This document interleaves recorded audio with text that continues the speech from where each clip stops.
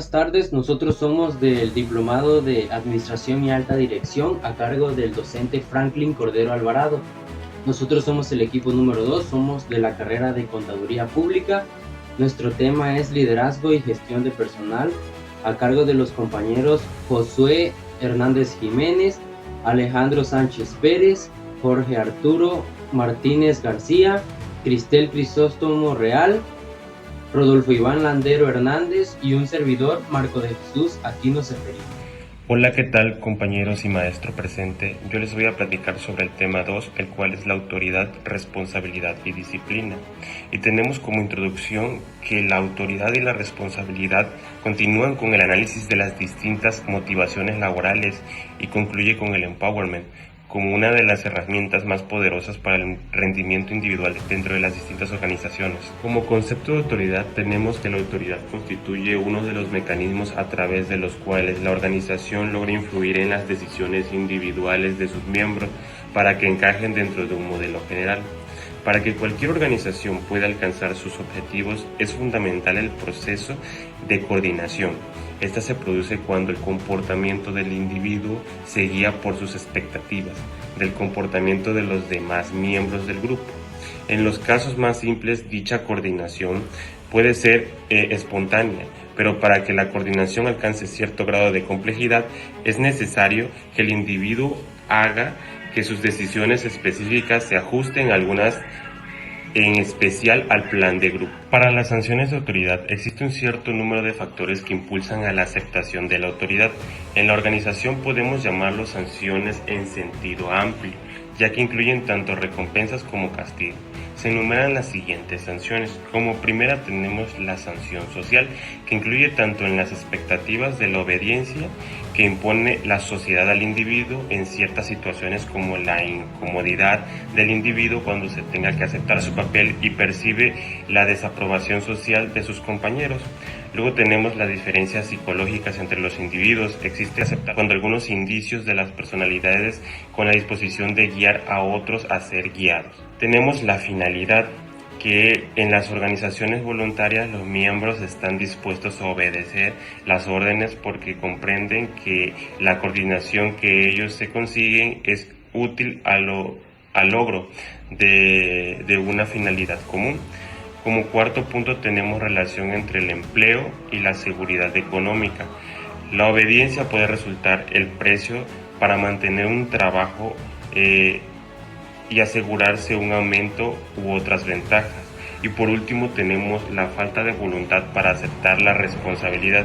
Esto pasa cuando las tareas son muy fuertes, muchos voluntarios prefieren recibir indicaciones a hacerlo por su propia voluntad, entonces no toman la decisión de poder hacer algo en ese aspecto. Límites de autoridad. Las características más sorprendentes para el rol de un subordinado que establece una zona de aceptación en el comportamiento dentro del cual está dispuesto a aceptar las órdenes del superior. La magnitud de esta zona de aceptación depende de una serie de factores, de las cuales están siendo las sanciones una de las más determinantes. Un ejército en el cual son sumamente severas las costumbres y las sanciones, dispone de la más amplia zona de aceptación. La autoridad se refiere a la aceptación por parte del subordinado de las decisiones del superior y no aplicar sanciones en caso de incumplimiento. En la mayoría de las organizaciones actuales, el concepto que tiene un superior respecto al desempeño de un subordinado va a ser decisivo para futuras promociones, beneficios, etc. Para el punto de autoridad y responsabilidad, cuando alguna orden emitida por un superior cae fuera de la zona de aceptación del subordinado, se produce una desobediencia, la cual permitirá invocar y aplicar contra el miembro indisciplinado una complicada serie de sanciones. Todas las instituciones sociales que poseen un sistema de autoridad y serie de sanciones que permiten respaldarlo. Las sanciones van a desempeñar un papel importante en el proceso cuando se emplea la autoridad para imponer responsabilidad. Y esto explica la tensión que normalmente se presenta cuando se habla de autoridad. Al tema de las sanciones, sin embargo, cuando la persona que acepta la autoridad de un superior dentro de un determinado contexto institucional probablemente se encuentre motivado más que por el miedo a las sanciones que se puedan hacer contra él al no hacer ciertas tareas que se le asignen. Es más que nada conceptos éticos enseñados socialmente para el desempeño del colaborador. Estaremos hablando acerca de los antecedentes históricos de la motivación, empezando por la evolución del desarrollo del trabajo social. En la antigüedad greco-romana, en la Biblia y en el cristianismo, el trabajo se consideraba un mal, ya que solamente trabajaban las personas que eran esclavizadas. Sin embargo, a partir de la Reforma, el trabajo se empezó a ver como algo para subsistir. Como siguiente punto hablaremos acerca de los motivadores universales del trabajo. Existen 3 motivaciones universales, que puede ser el temor, la esperanza y la personalidad. La personalidad es aquello que nos gusta a nosotros mismos como personas, lo que nos hace que nos motive a seguir adelante, a seguir trabajando, a seguir impulsados. La esperanza es el esperar una recompensa por las cosas que nosotros hacemos al momento de trabajar, lo que nos hace sentir este sentimiento de motivación. Y por último tenemos el temor, que es el miedo a no llegar a lograr lo que nosotros queremos hacer de nuestras vidas. Por ende, ahí es donde entra la motivación, a tener el miedo de lo que queremos hacer. Los impulsos de valor. Los impulsos de valor son patrones de percepción, pensamiento, deseo y acción compartidos por un mismo grupo o círculo social. Entre ellos se puede encontrar la afinidad, sensibilidad, maestría, afinidad, entre otros. Hoy les vengo a hablar acerca del tema teorías sobre motivación. Abraham Maslow escribió acerca de la jerarquía de necesidades, o también conocida como la pirámide de Maslow. Esta teoría de la psicología fue propuesta por Maslow en 1943. Maslow argumenta que las expectativas del ser humano radican en las necesidades básicas de comida, calor, descanso y deseo sexual. Cuando todas estas necesidades son cubiertas, el ser humano desarrolla nuevas necesidades con deseos de mayor valor. Maslow, en su pirámide, plasma las necesidades y son fisiológicas: seguridad, amor y afecto, estatus, logros y autonomía y autorrealización. La forma más segura de que alguien haga algo es a través de la teoría Kita. Darle una patada en él, dice Friedrich Herbert. Existen diversas formas de teoría Kita. Kita físico negativo y Kita psicológico negativo. Estas dos no aportan nada en la teoría de motivación. El Kita positivo, donde los gerentes opinan acerca de los premios, incentivos, estatus, regalos, etc. Estos dicen que entra en la teoría de la motivación. Friedrich analiza y dice que si yo quiero que un perro se mueva, le doy una patada en el trasero. Pero si al perro lo entrenamos, lo educamos, le enseñamos, cuando quiero que se mueva, lo incentivo con un regalo, ya sea con una galleta, se moverá donde yo quiero. Lo mismo sucede en las empresas. Hay muchas galletas donde el gerente le da la oportunidad a los empleados, pero existen de que muchos no lo quieren por el cambio, o simple y sencillo cubren sus necesidades. Friedrich dice que lo de afuera solo cubre ciertas necesidades, mientras que lo que sale del interior hacia el exterior, esto es donde se aceptan mejor las motivaciones y hacen mejor al empleado o a la empresa. Teoría X y Y de Douglas McGregor. El punto central de esta teoría se basa en los gerentes, que tienen que dirigir y controlar a sus subordinados. Esta teoría dice que los subordinados son pasivos, perezosos, tienen poca ambición, aceptan ser dirigidos por un líder y que no aceptan el cambio. De aquí surgen dos teorías: la teoría X dura y la teoría X blanda.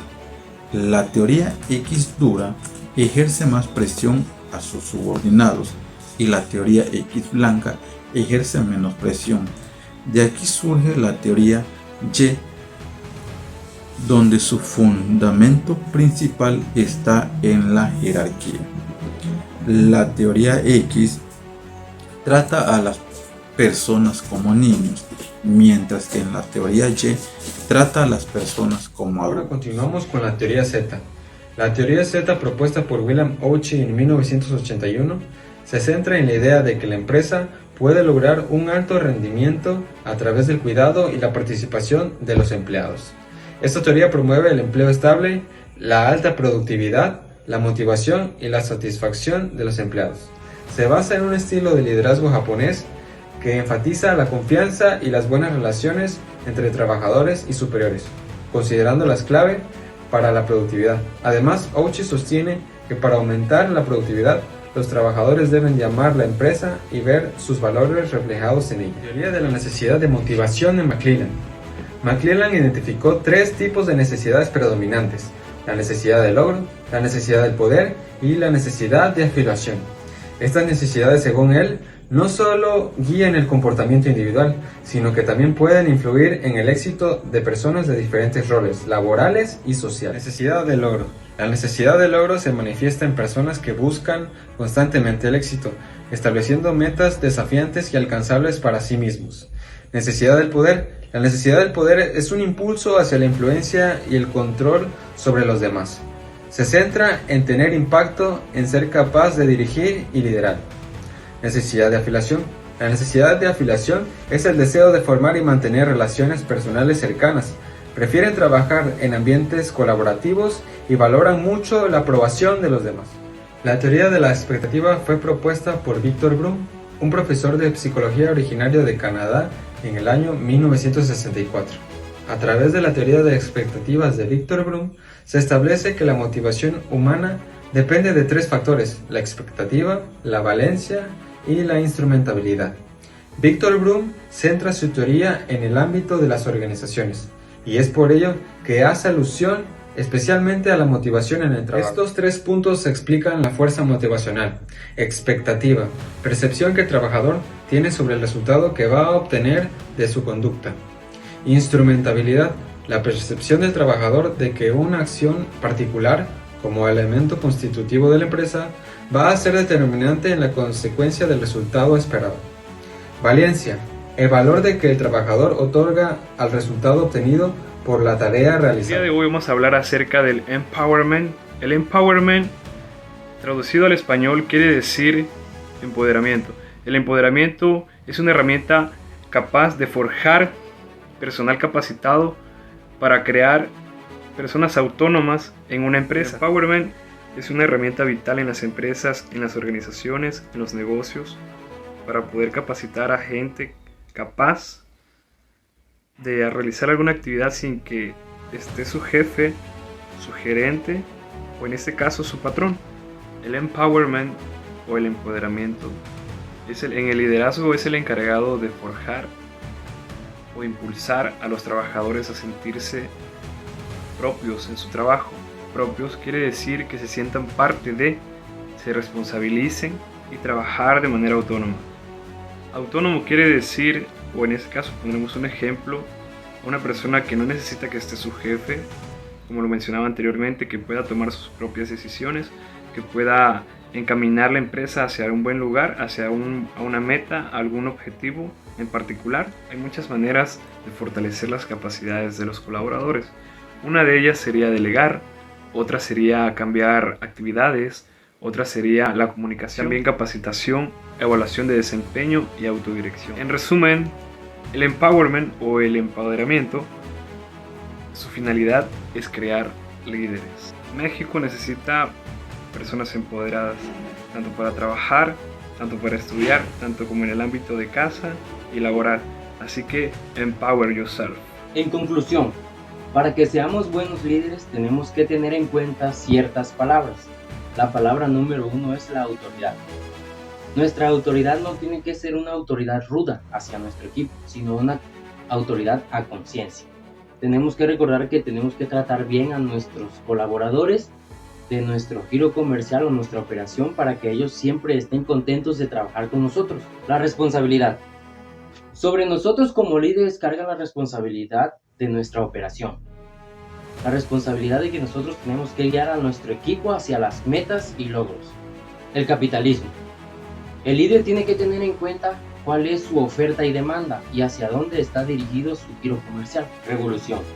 Nosotros como líderes tenemos siempre que revolucionar la manera de trabajar para que de esta forma nos anticipemos al cambio antes de que llegue a nosotros. Motivación. Como líderes tenemos que tener motivado a nuestro grupo o equipo.